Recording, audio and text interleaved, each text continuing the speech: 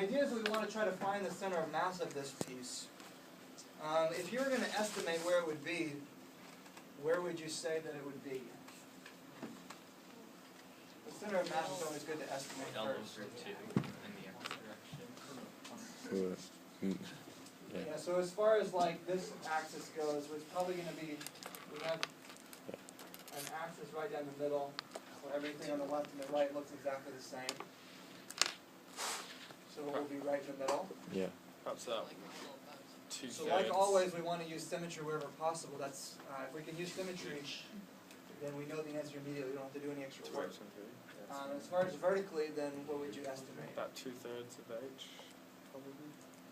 Upwards. 2/3 of the way up? Yeah. You want it to be above the halfway point or below? Above. Above. A little bit extra mass. Like usual, we can tell approximately where it's going to be. So that's true. That is a good guess. Okay, so if I wanted to use the formula that was given to calculate the center of mass of this, then how would I go about doing it? So we're going to be trying to find integral in the vertical direction. Are you given the equation of the problem? No. You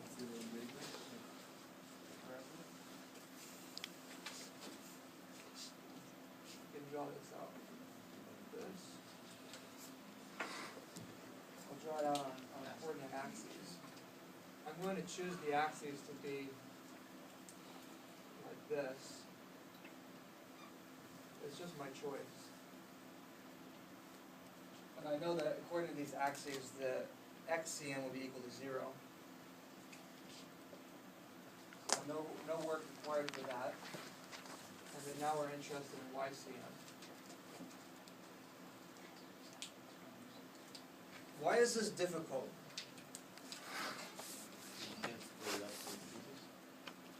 So our strategy is to split up into pieces, exactly, like Mike said. And this problem doesn't really present an obvious way to do that. The formula that we're given was this.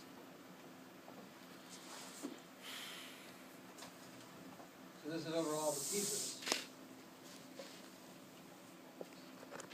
Right?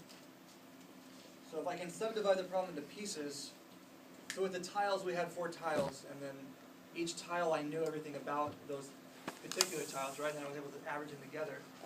So can I divide the parabola into like different pieces? Would that be something I could do?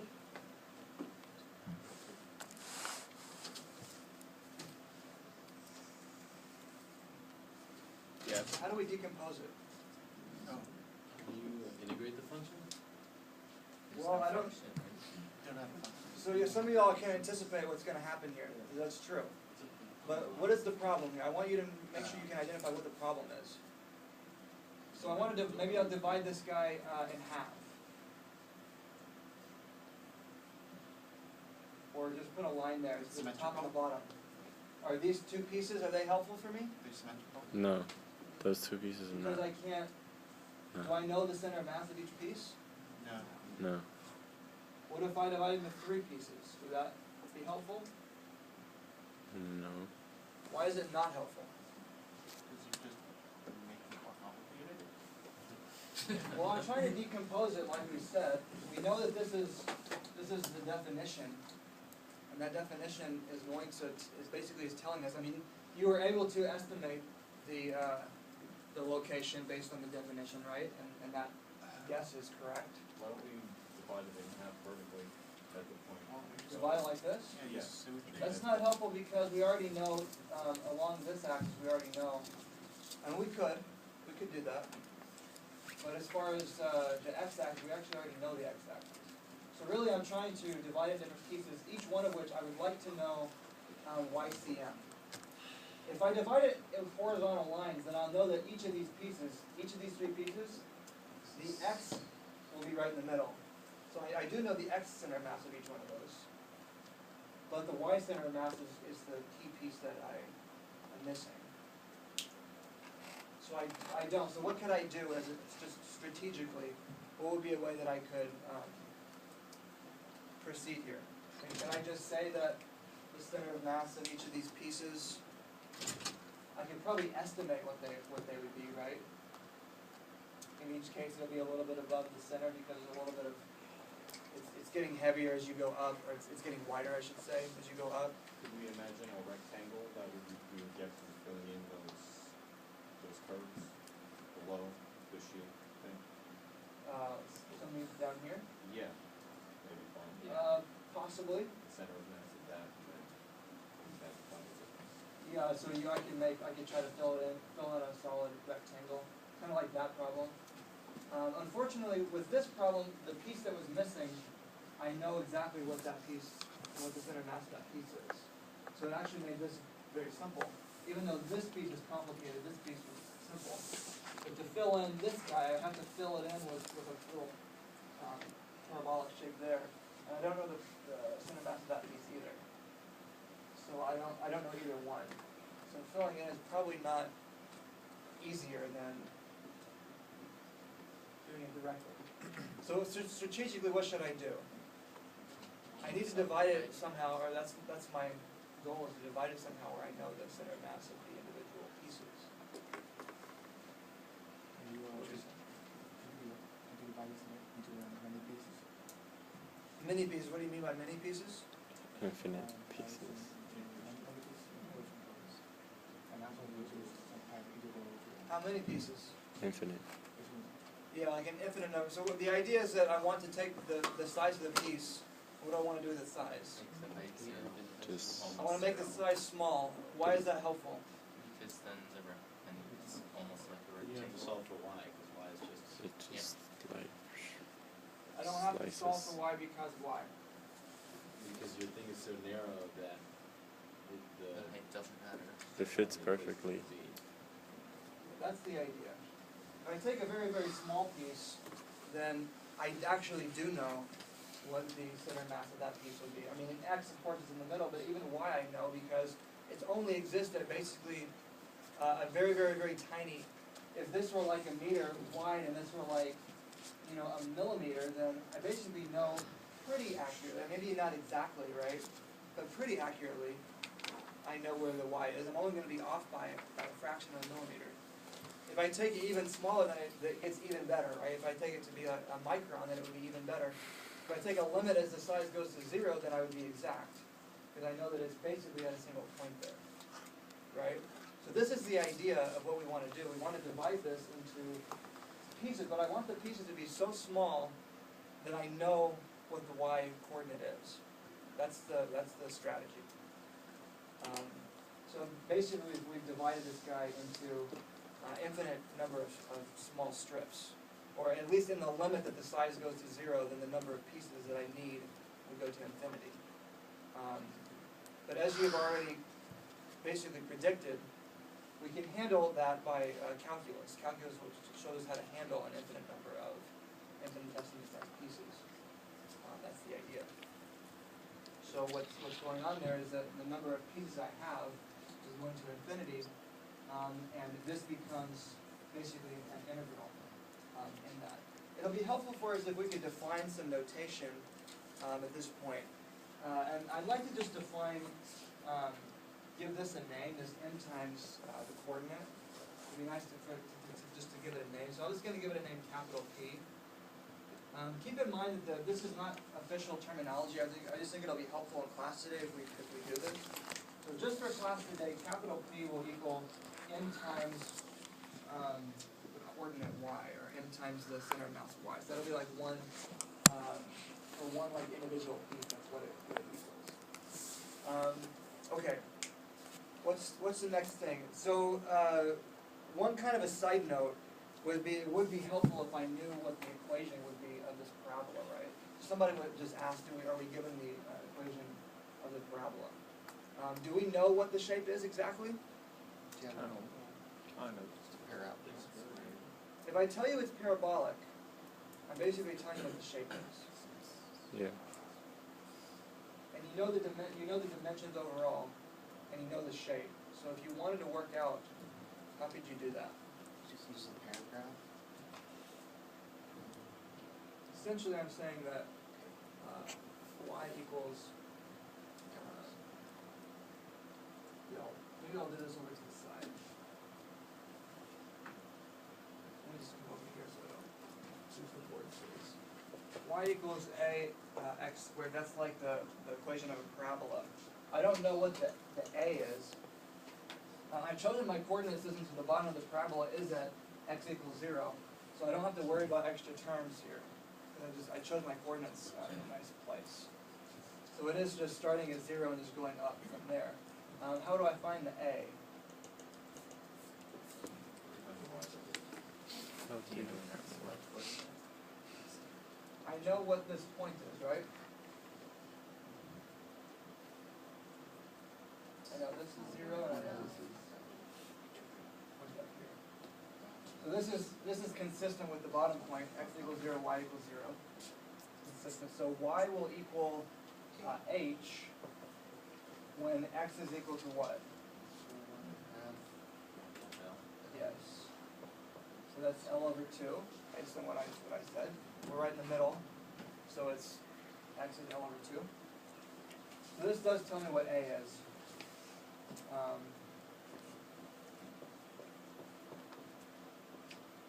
a equals 4h over L squared, I guess. So y equals 4h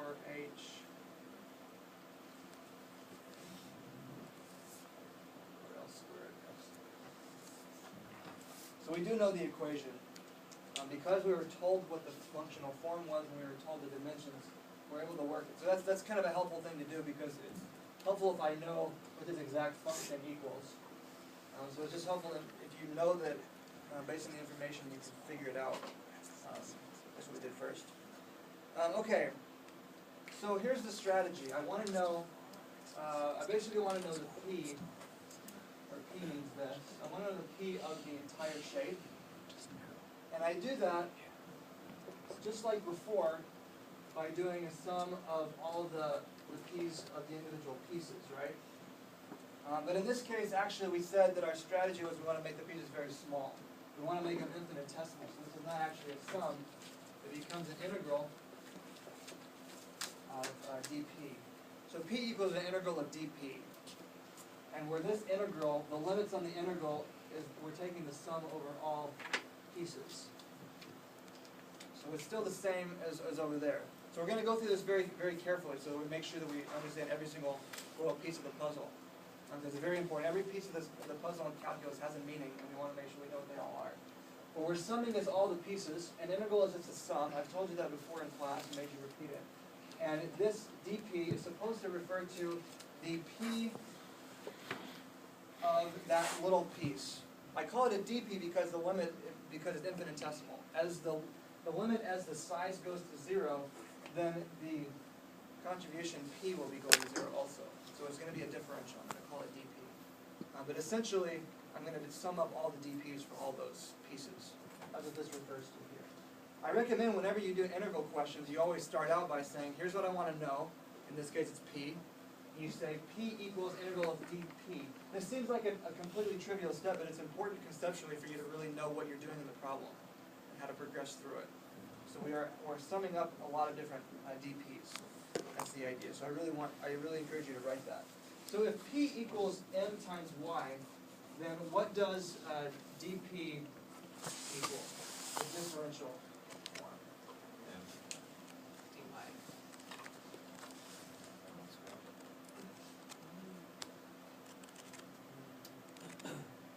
P is m times y, so dp is Oh, and what?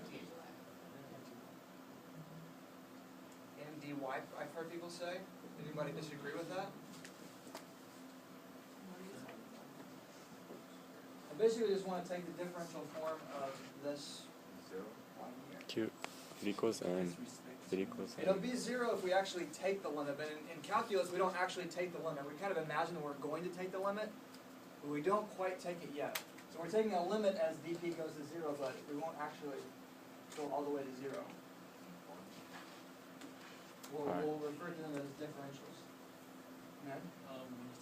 division of dp, are you doing respect to m or y? You have to tell me, we have the strategy based on this graph here. You know what the pieces are. You know what the Why? pieces are. dp is the contribution of each piece. So based on that, what should this look like? So what variable is going to 0? Y. So the key thing to note is that it's not y.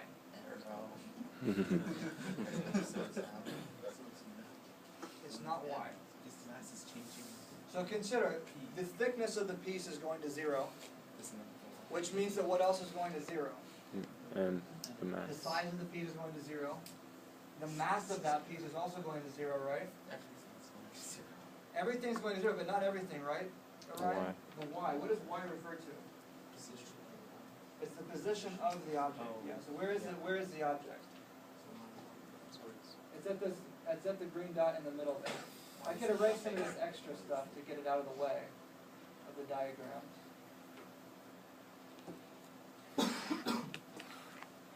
This is our strategy. So this is like one of the pieces. We're imagining an infinite number of the pieces, but this is one example.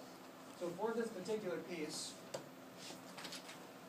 the size is going to 0, but his coordinate is right here. And that coordinate, y, so this is y here, right? Yeah. As the thickness goes to 0, y does not go to 0, right? But n does. Because the size is going to 0. This is the confusing thing, because I know that you've done this in calculus, and I know you know what to expect. Eventually we are going to be integrating over a coordinate. Everything you learn in calculus is all about teaching you how to integrate over coordinates. So I know you're really good at that. You're itching to be able to apply these kinds of things to class. But don't get ahead of yourself, because it's not y here that goes to 0. You have to be careful. So we haven't yet gotten, eventually we will get to a coordinate, but we're not there yet. Okay? So you need to keep in mind what is actually going to 0. So this is the substitution we make. If I want to know the differential contribution of that piece to the center of mass, that will give me the mass of that piece, which is also differential, times the coordinate of that piece. So I make this substitution. This is the very first step you do in these integral types of problems. You have to know, I encourage you to write this first, so conceptually you kind of stay on the right track, but you have to know what you're going to substitute.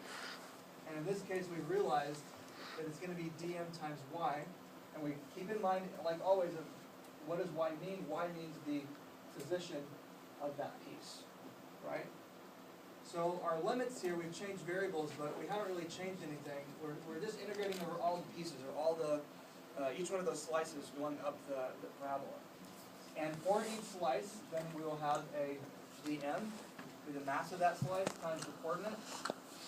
Every single slice is a different coordinate, right? They all have different coordinates. This is what's the issue. We had to take a limit because any finite sized piece didn't have a well-defined y, or at least not a y that we knew. I guess it's well-defined, but we didn't know what it was. But now, taking a limit, as this goes to 0, we will know y. Okay, so that's the next step. What's the next step of the puzzle? We need to know what dm is. So you're absolutely right when your intuition about, you're saying it's y. This is what people typically say. They want to say that it's y. So you have an intuition, you know where we're going, but we have to try to figure out how to get there. I want to try to continue making substitutions to turn the m into a coordinate that we can work with more easily. So how do we do that? How do I say what the mass of this slice is right here? How would I do that? h minus 1. What were you saying, Yara? Well, m over h, what would that tell me? I mean, literally m divided by h. If I just had an m divided by h, what does that mean? Is that what you meant? Yeah. So this is the total mass and this is the height. But is that helpful for me? Because it does change. As I go up higher and higher, the mass is increasing, right? Because they're getting wider and wider. So we're just imagining this, it's just like a flat object here, which means as it gets wider, we'll have each strip will be longer and longer as we go up. So you'll have higher masses. The idea we like to do is just basically talk about the density. This is an object of uniform density here. I didn't tell you what it was, but let's just imagine for a moment that we know. I'm going to call it sigma, which is the density per area. Sigma is a variable that we oftentimes use for density per unit area. You could use different symbols, it's fine. Let's just call it sigma. If I knew that what the density was, then how would I find the mass based on that? This is mass per unit area. So I basically need to know the area. If I know the area of the piece, then I can just multiply that density per unit area times the area and I get the mass. So dm is going to equal sigma times dm equals sigma times the area of the piece, right? It's going to be a differential, right? And it's going to, the size is going to 0. More specifically, what is the area? In terms of these coordinates here. It is infinitesimally small. But I want to be more specific. Equal to 0. No, it's not 0. We haven't taken a limit as the size goes to 0. We're just going to. So it's the integral, that simple dm. We don't have to integrate because it's infinitesimal in size. So what is the area of that strip? L times dh? Yeah, what is the length of it? It's whatever Alright. equals at that. So it's not L, it's L at the top, right? But in the middle, in general, it would be, we have some kind of, dy. we know that y is the coordinate going up, right? And I have a function for the width. If I know y, then I should be able to figure out what x is, right? X is that distance horizontally. dx. Why don't we do that? X equals, let's see, L squared over 4h y, take the square root of that, right? So if I know, I know y here, right? So therefore I can solve for x. So I could get what this coordinate is right here. If I knew that coordinate, then what would be the width? Twice of x. Yeah, exactly. So this is basically going to be 2x. That'll be the width, where x is equal to this. So I can solve for x if I know y. That'll go in here. That'll be the width of it. What is the thickness? D something. dy. Yeah, it's dy. The crucial thing is that it's related to this y here. So dy, there is a thickness. We said that the thickness is going to 0. We can call it anything we want, but the key thing to note is that the thickness is related to the coordinate. Why is that the case? Because I went y to get up to that piece, but I'm going to go a little bit farther to get to the top of it. So maybe y is like how far I had to go to get to the bottom of that piece, and then I'm going to go a little extra amount dy to get to the top of it. So the thickness really is dy, but you have to note the thickness here is related to this coordinate. They're not independent from each other. So it's the thickness in y, and that's a key thing to note. So this is our dm, right? So x here equals that.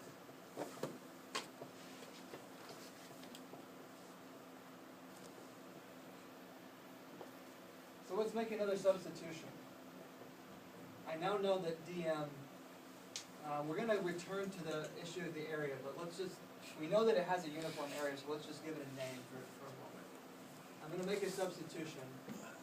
So this is going to be sigma times 2x, and x is equal to this thing here.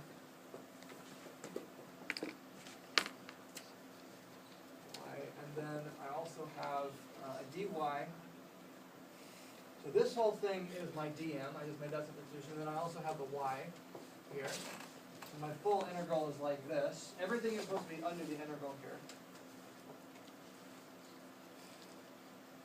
Right?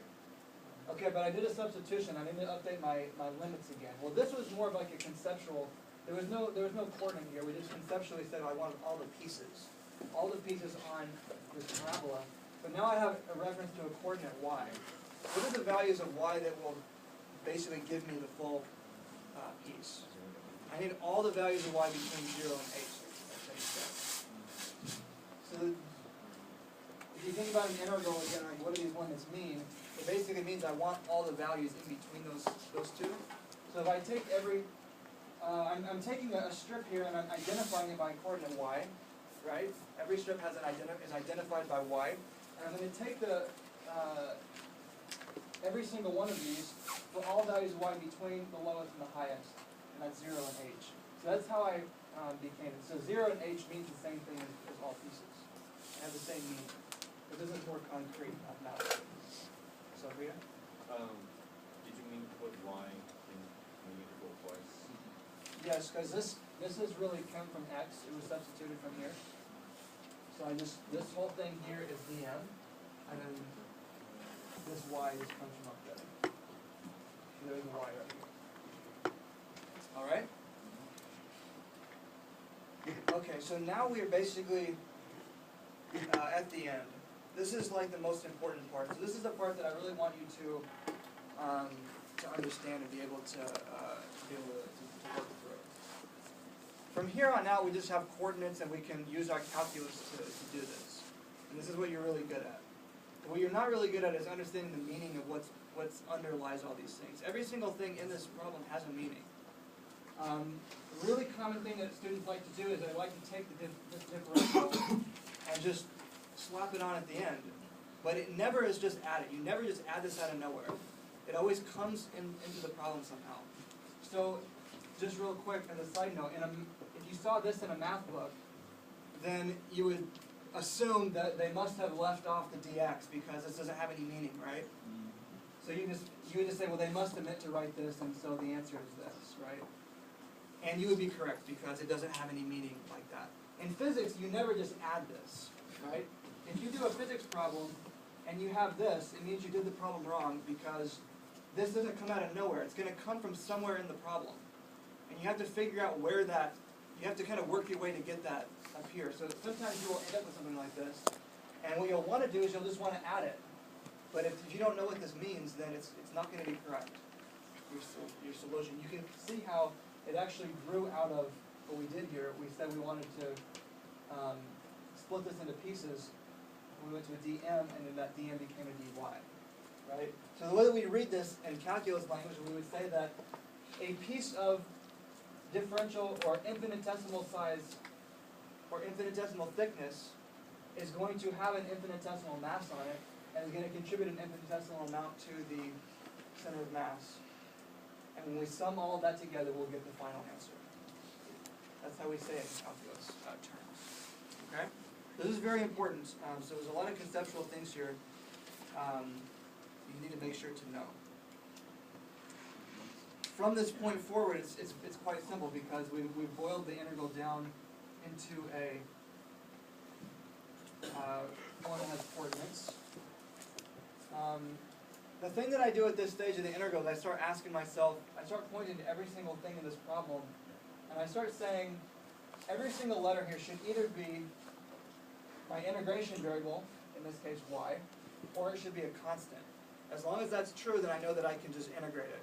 If there's anything that is left over that's not a constant, then I know that I need to continue making substitutions.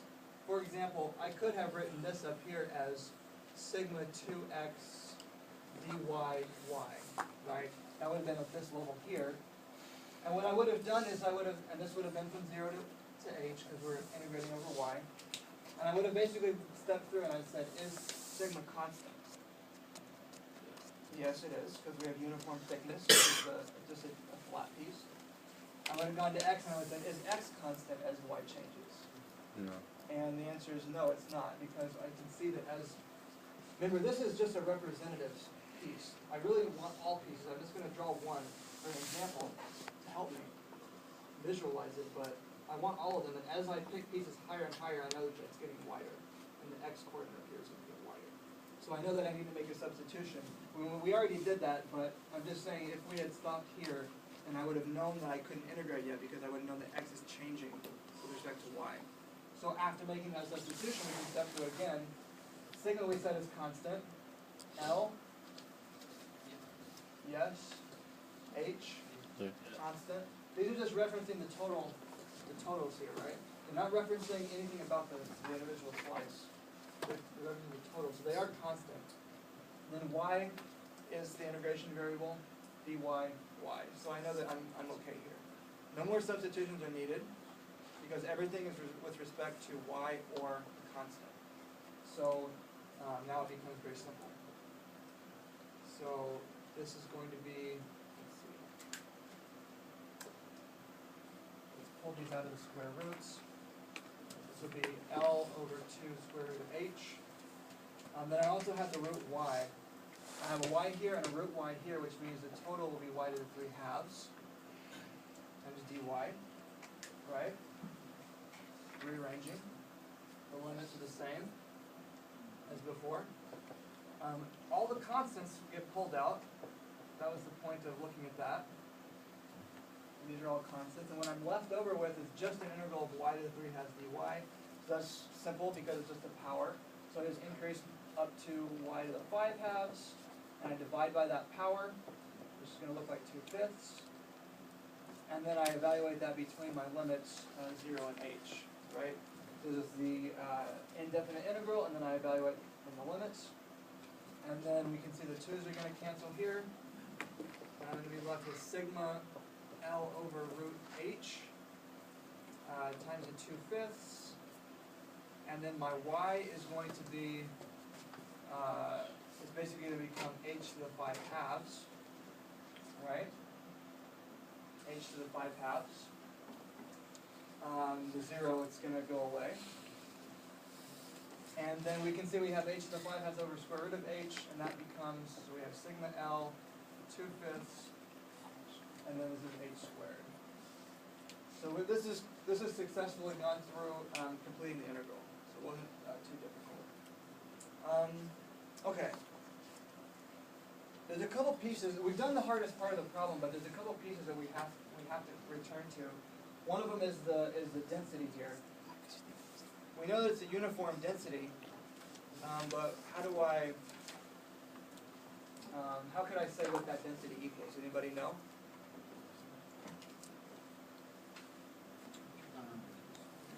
Does it matter what the density is? It does because this is an unknown. L is known, H is known, but sigma is not known, so I'm technically not finished. We've calculated a volume now from doing the integral. Maybe the easiest way to state it is that, remember, what is the P? What does P stand for? It's like M1. M, the M times the center of mass, right? That was what P was supposed to mean. So this is really total M times Y CM. The M is not known either, right? I didn't tell you what the total mass was. This was the shape. Do you need to know the total mass to find the center of mass? No, right? You only need to know the distribution. You just need to know that there's more mass on one side compared to the other side. That is enough to tell you. So here you were able to tell me that the green dot was about here, even though you don't know the total M, right? Because you know there's more on top than on the bottom, just based on the shape. That was all you really needed, right? So we actually don't know M, we don't know sigma. What would we do if we wanted to figure out M? I can put M in terms of sigma. Right? Sigma A. Sigma times the area. That's right. Sigma, we just multiply times A and we get the total M, right? So sigma was the mass per unit area. I think I multiply times the area and I get the total mass. So M would equal sigma times A. Now, I probably don't know what what is the area of the parabola. Well, I don't know what that is either, but I could always integrate to find it. So this is just gonna be an integral of dA. Again, we can use the same strategy as here. So this is just like it's like a second integral in the problem, but it looks similar to the first one. Because we already did everything, right? We already know what A is. A is 2x times dy, right? 2x dy. X is just this, right? It gives me the square root of y with some extra constants. What this gives at the end of the day is a very simple integral. It's basically exactly this integral, except this y is not here, because I'm just integrating over the area and not the center of the house. So it looks very similar. And the final answer is going to be 2/3 sigma L times h. That's what n comes out to be. Just substitute this in and do the integral, you'll find it straight away.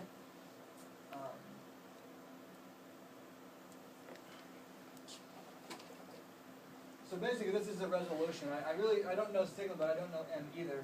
And I just substitute in what I know about m, and what I get is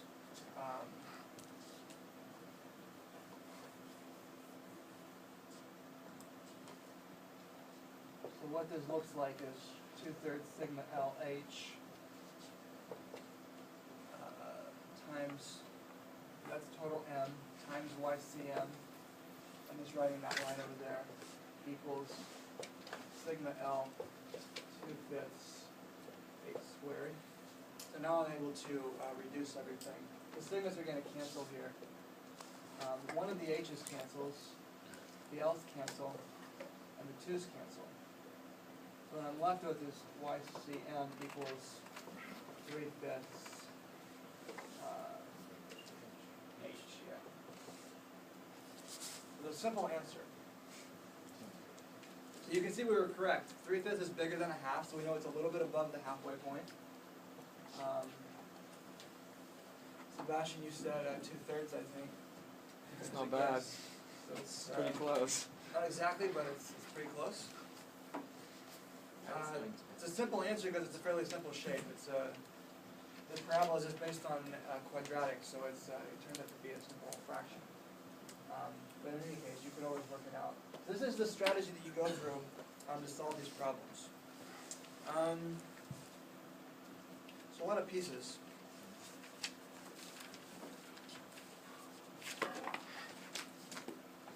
What questions do we have? Joe? How did you get that the area is equal to sigma 2x dy? We already calculated up here, so we said here was sigma times dA, and we said dA was equal to 2x times dy. How was that? It's coming from, we know the x coordinate. This is the x coordinate right here, x, and the width will be 2x, right? So x represents the distance from 0 to x, right? So 2x will be the full width. So 2x is the width, and then the thickness is the dy. That's our coordinate. We're integrating over. It's going to 0.